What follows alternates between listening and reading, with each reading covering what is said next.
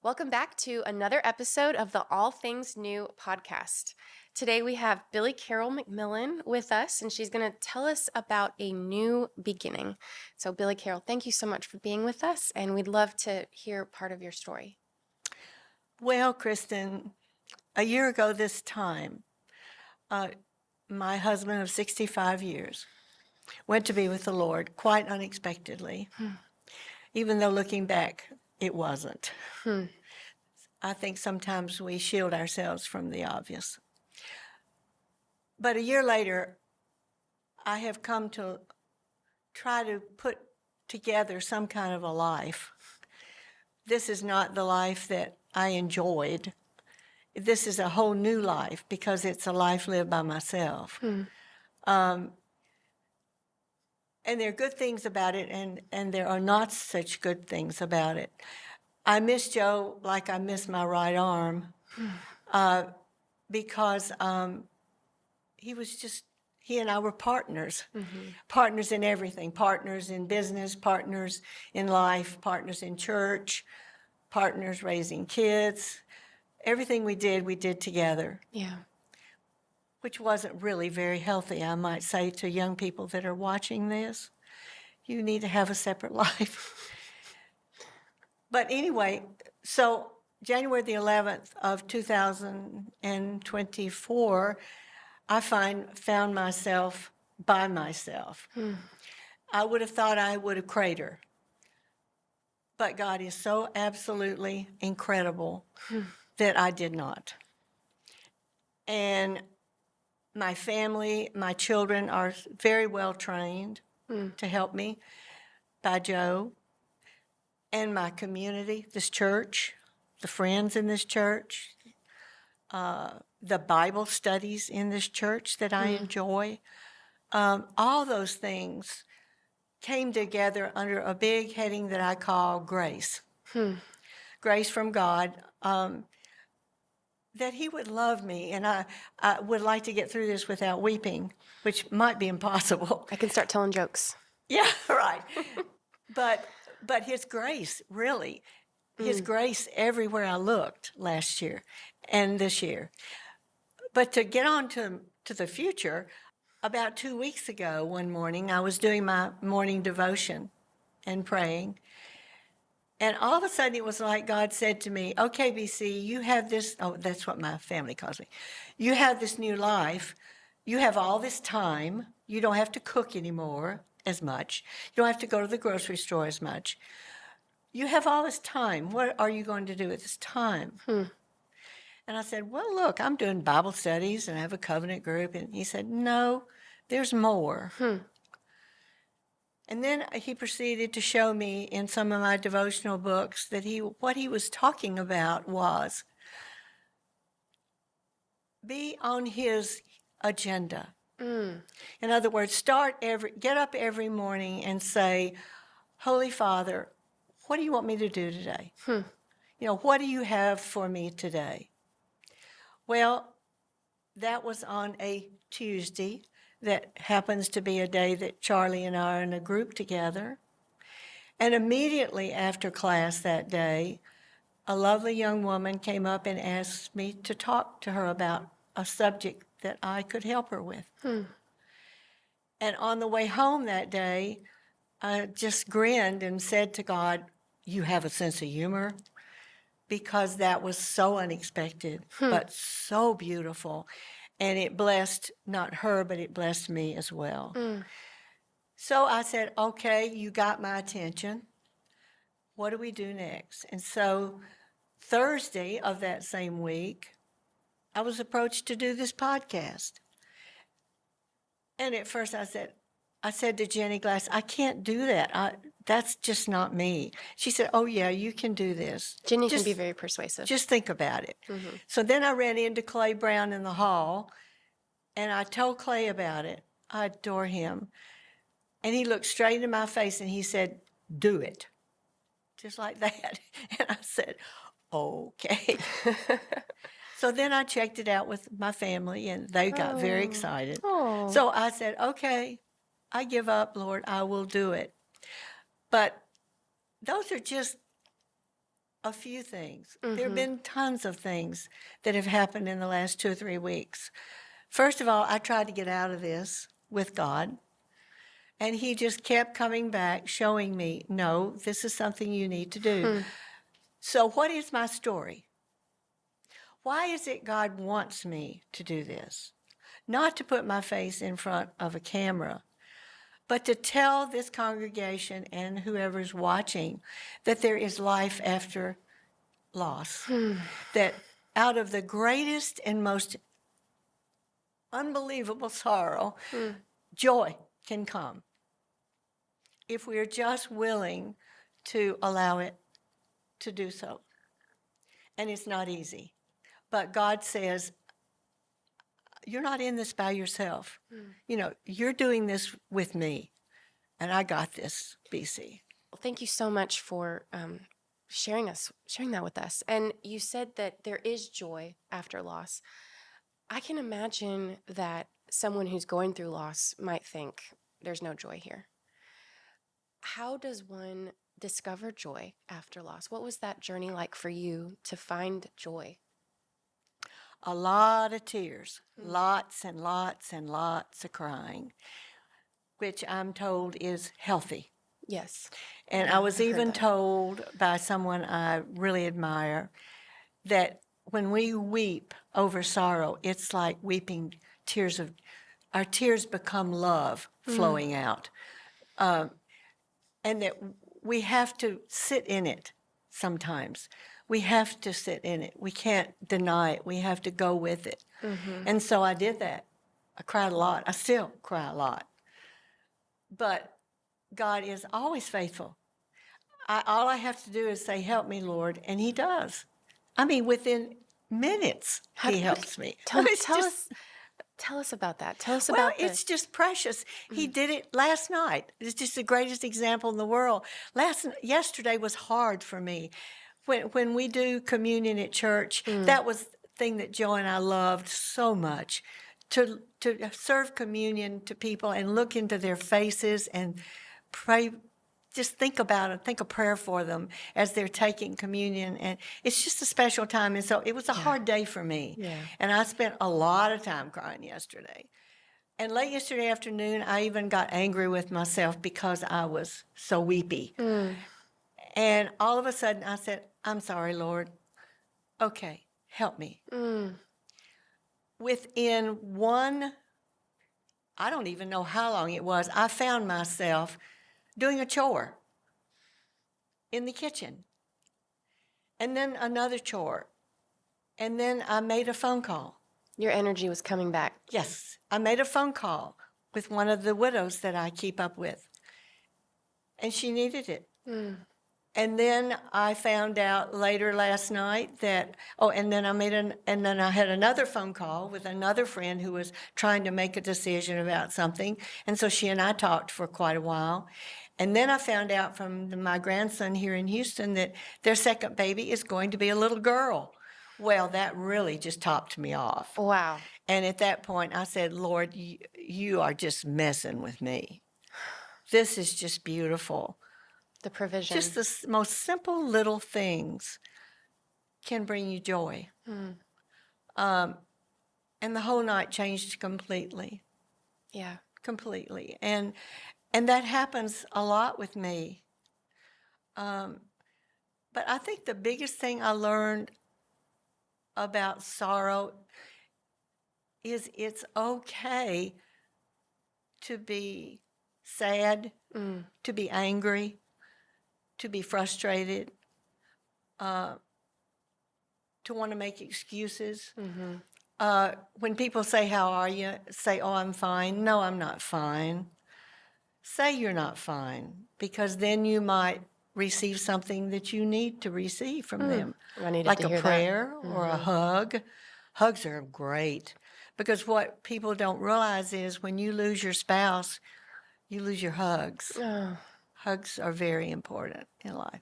But that's kind of getting us off the subject. Well, let me ask this question. Okay. When we had our phone call to talk about the podcast, Right. I remember being really touched by your new beginning, and the path that God has you on involves a lot of just day to day yielding to whatever God wants to do in your life. And I am a very type A planner. My plans have plans, you know? Oh, okay. So part of me is like, ooh, I can't like release so much control. I have to have a vision. But I've also noticed in my life that when I don't have a huge plan and there's more margin, sometimes God uses that. And so, can you speak to the type A planners out there about maybe letting go a little bit and following this daily agenda that God might have for us? It's hard. Yeah. I, Okay. I am. So it's I not don't know that easy. I've It's ever been just described as type A, but I fit your exactly what you said. I like to know what's coming. I'm one of these people that I don't like change, but if you give me a little time to get used to it, I'm okay with it. But yes, and I think you used the word which I love on the phone the other day, obedience. It has nothing to do with giving up your plan. It's what you said. We have to be obedient to God. I don't care if we don't like it or not. He's our Father. And who you would never be disobedient to your earthly father. Why would you not be obedient to your heavenly Father? Not that you get 100% every time, sure. but the more you do it, the easier it becomes, and then it becomes a natural thing. You just, and I realize that even though I've known the Lord all my life, I was blessed as a child, I still put Joe on that same level as God. I did. Yeah. And I think God understands that. And I don't think he holds that against me or anything like that. But what I've learned is now that Joe is in heaven and he's safe and he's at peace and he's happy. Wow. Yeah. Goodness knows he's happy. I'm so jealous. Well, anyway. Now, I have this life that I need to make the best of. And so what does that look like? And so I think for a planner, the best way to get on God's agenda is to start out your day on his agenda. Pray before you get out of bed quickly. Just say, "Good morning, Lord. I love you. Help me this day." Get your coffee, sit down sometime during the morning, read a devotional, pray, read your list of people you're praying for. Get your mind centered on him. Yeah. And that makes everything, for me, work out better. That's such a good word. I know I feel like when we all wake up and we're already in the current of the culture Exactly. that is gonna hijack our priorities, you know. Right. And it's not necessarily my bad things. My life's really busy No. taking care of kids and a family and a house, and it's exciting and it's fun, but I can get anxious and worried about things that maybe don't matter versus when I'm starting the day and putting right side glasses on, you know, like the world's upside down when I wake up because I'm just a person in the world. But when I'm doing what you're describing and spending time with the Lord, it's like, oh yeah, it puts into focus what matters. And having said all that, Kristen, I realize that from my perspective, that's easy. From the perspective of young people with children, life is very busy. Yeah. And you're right, it happens very quickly. You don't have time to make a whole lot of plans, which makes that quick prayer before you get out of bed mean even more. It really does, because you're right. This is an important time, and this isn't about me, but for any younger families who are listening, how important that we are making the right decisions for our family. You know what I mean? Like, Exactly. seems important. Yeah. I get really upset with my grandson here, who I love so much, because I don't hear from him very much. But then I realize how busy their lives are. Yeah. They're very busy in their church, which I love. He has a busy job. They have a little boy. So, life, you get caught up in life, and before you know it, it's lunchtime, and then it's bedtime. Yeah. So I think when all those years of Bible study fellowship I had, Lois McCall always said, era prayers. Like, shoot, Oh, just arrow. just Yeah. shoot up a prayer quickly. And you don't have to say a lot. God already knows it before, of course. But all you can say sometime is help me, or help, or hey, Lord, Yeah. because he's there. And if you don't have time to spend a lot of time praying, you just occasionally during the day say, I love you, Jesus. I mean, I think anything that simple is very special. Very special. You talked about obedience, Yes. and two thoughts. One is, as a parent now, I do know what it's. I have a different point of view on God because I realize that when I ask my kids to do stuff, I'm doing it for their good. Like I can kind of see what's around the corner and like if they would trust me that this is the thing to do. True. So for children, their parents are constantly reminding them of what needs to be done. How does someone learn what obedience looks like to God? Well, I think you use the word trust. Trust.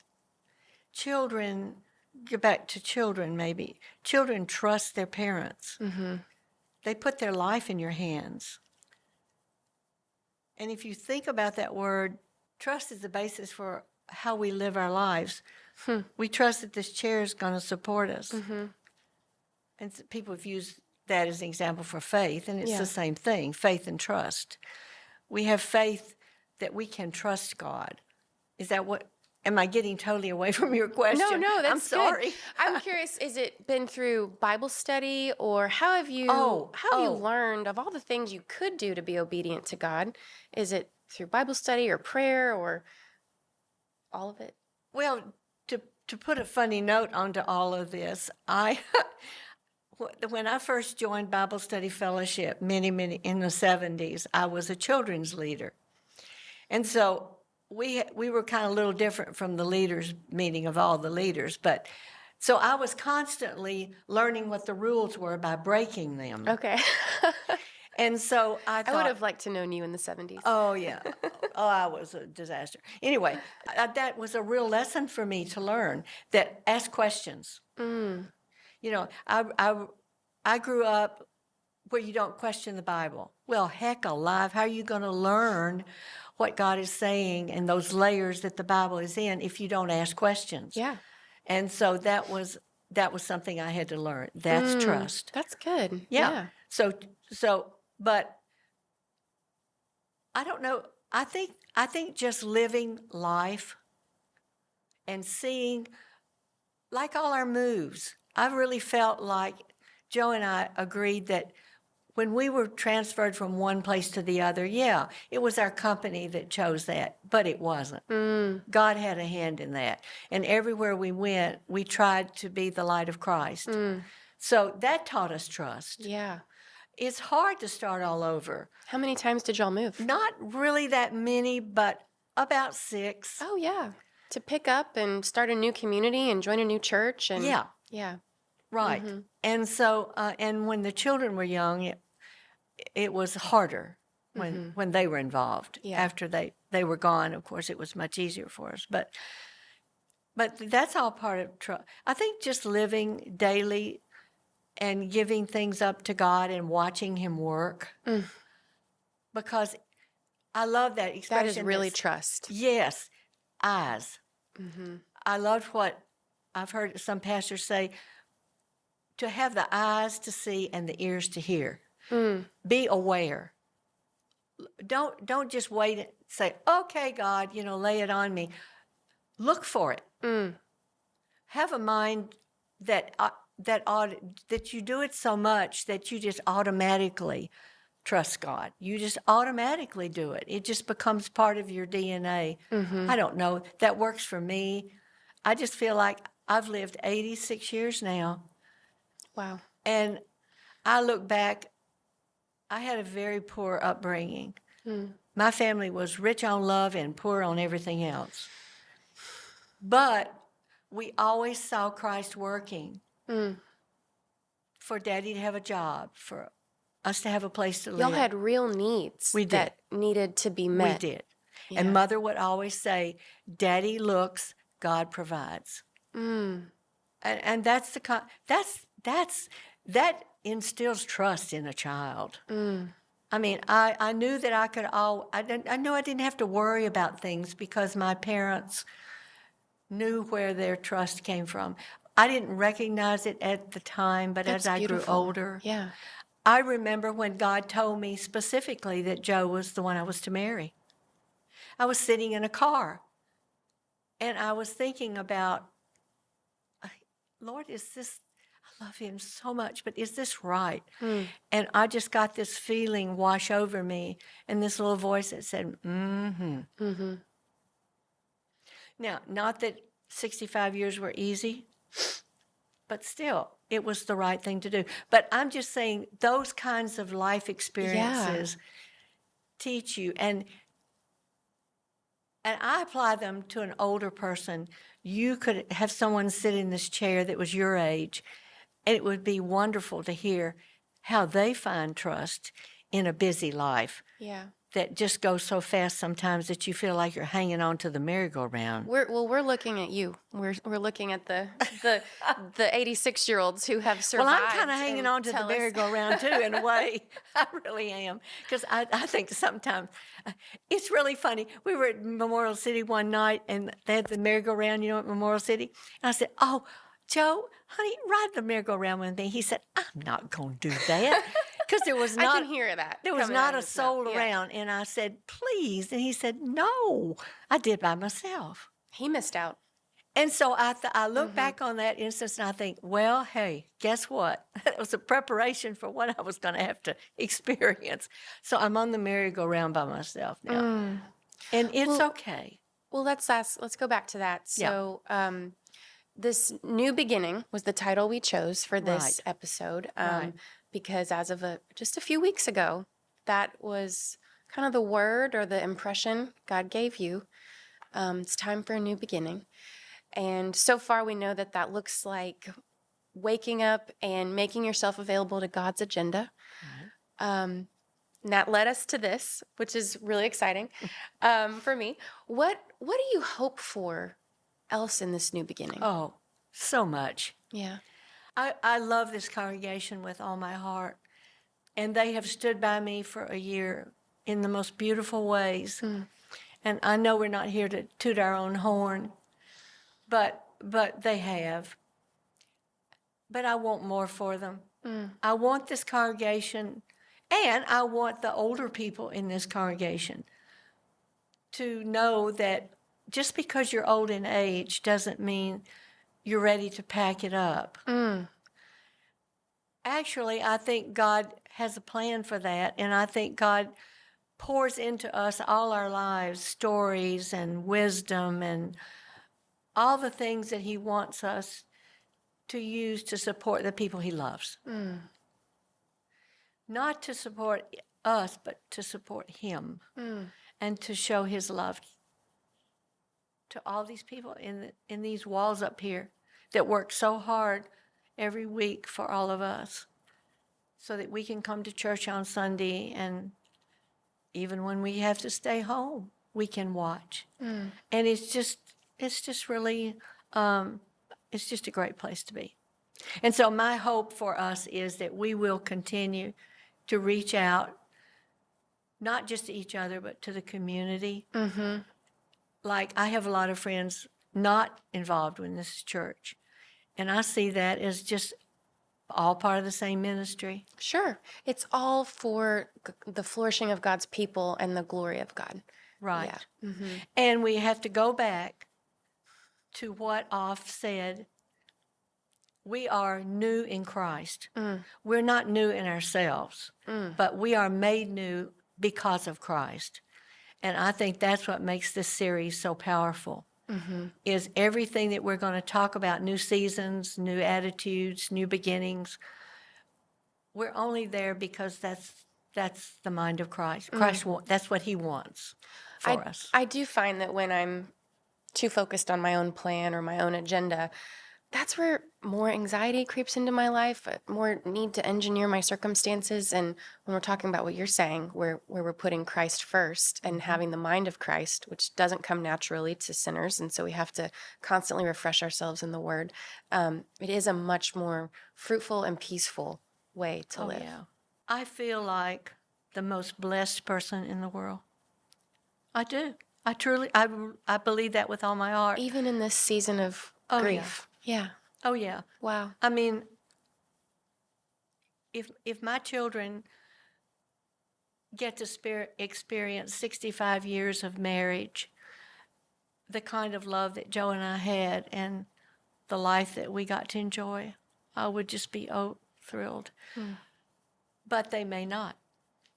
So I hope that no matter what their life looks like, I'm happy to say they all know the Lord. That, to me, that's part of the blessing of any parent. Amen. Yeah. Is that their children know the Lord and their spouses.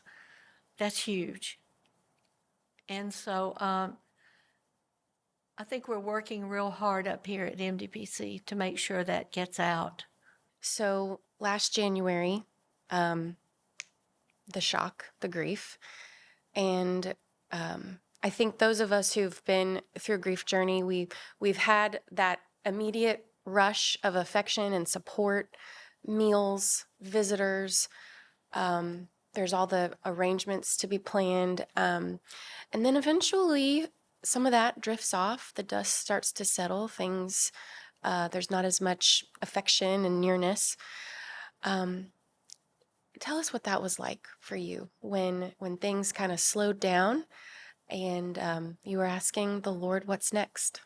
The reason that's such a good question is because I don't really feel like I've lost that much because the people that reached out to support me initially have continued Wow. to love me and support me, which is just huge. Well, that speaks to God's faithfulness. And also, Billie Absolutely. Carole, that speaks to the life that God has inspired you to live, to stay so connected.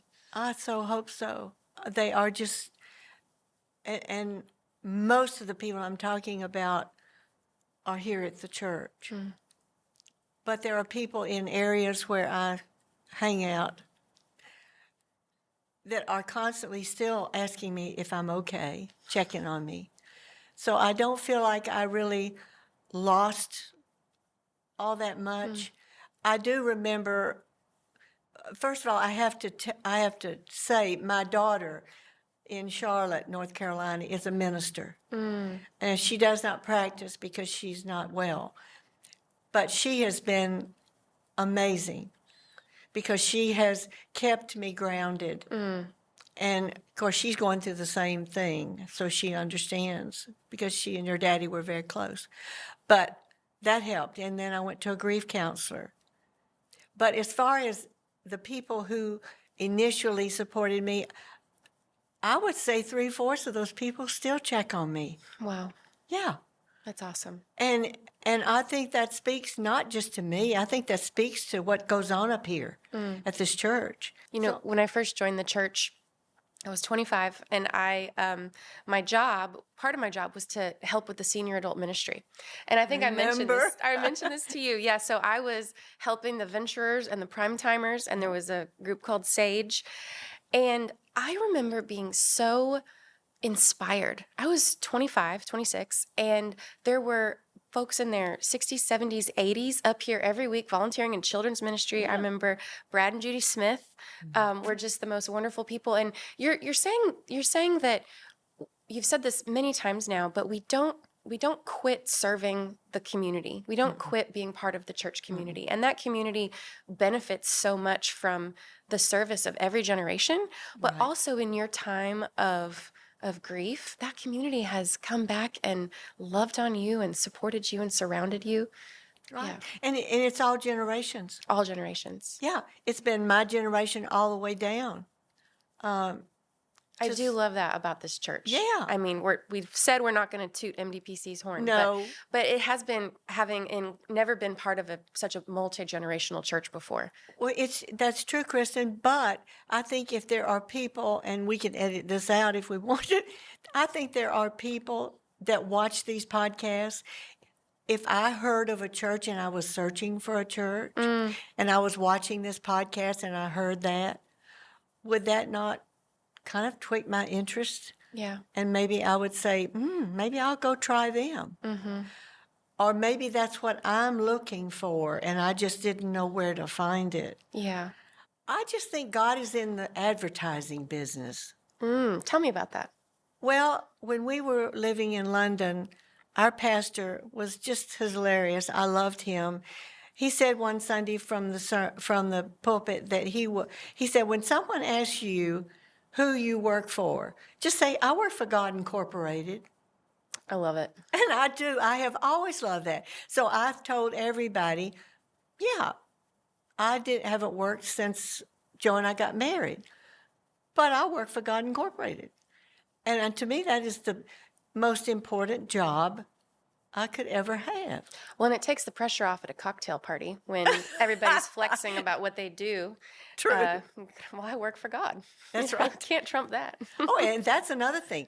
All over the world, all over the country, when I would go to a cocktail party, which I hated because Joe and I didn't drink, but it's okay good if for you you. do. We don't have anything against it. We just didn't. Anyway, I would always pray that I would be able to speak my mind and be able to reflect God and I didn't know how I was going to do that, but I knew that that was important somehow.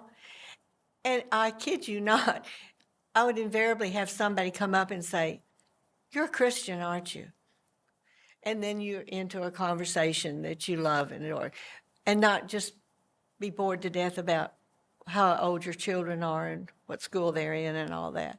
But So you were already on God's agenda. This whole on God's agenda thing started 50 years ago when you were going to a cocktail party and God was lining up who to bring into your path because he knew that you would speak about the hope of Christ. yeah, I would call myself a searcher. It wasn't really until 1970 when I started studying scripture Okay. that I really got to know Jesus. If you don't mind, about how old were you at that time? Okay. 1970.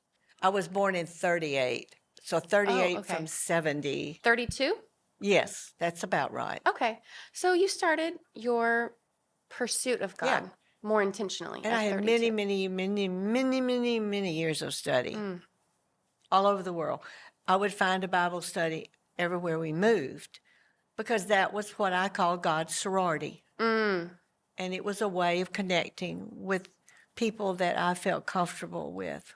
It does seem like we don't need to go this direction, but with the secularization of society, the core friendships that are made in a church community that sustain you through different seasons of life, that's an unfortunate thing that's being lost. It is.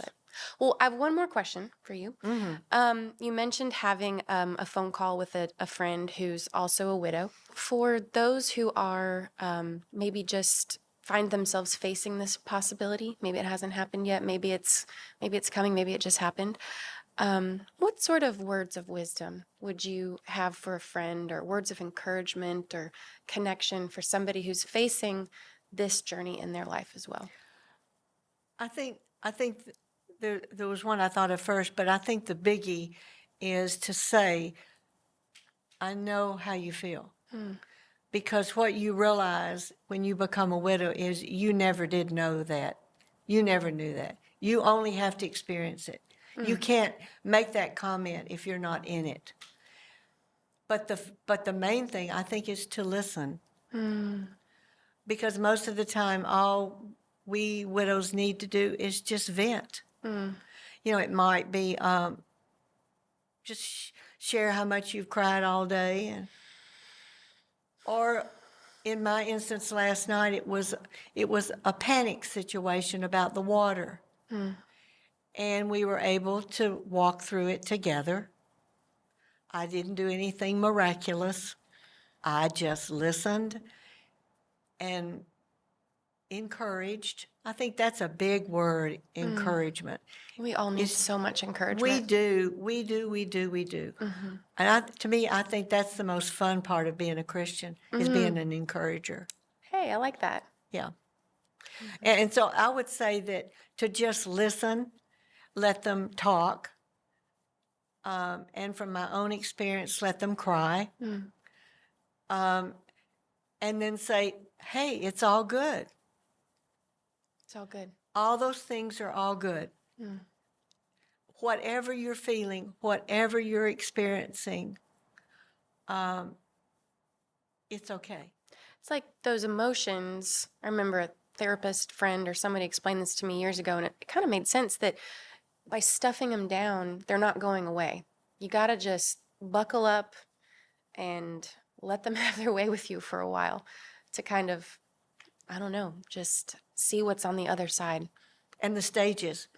There's a lot to be said about the stages of grief.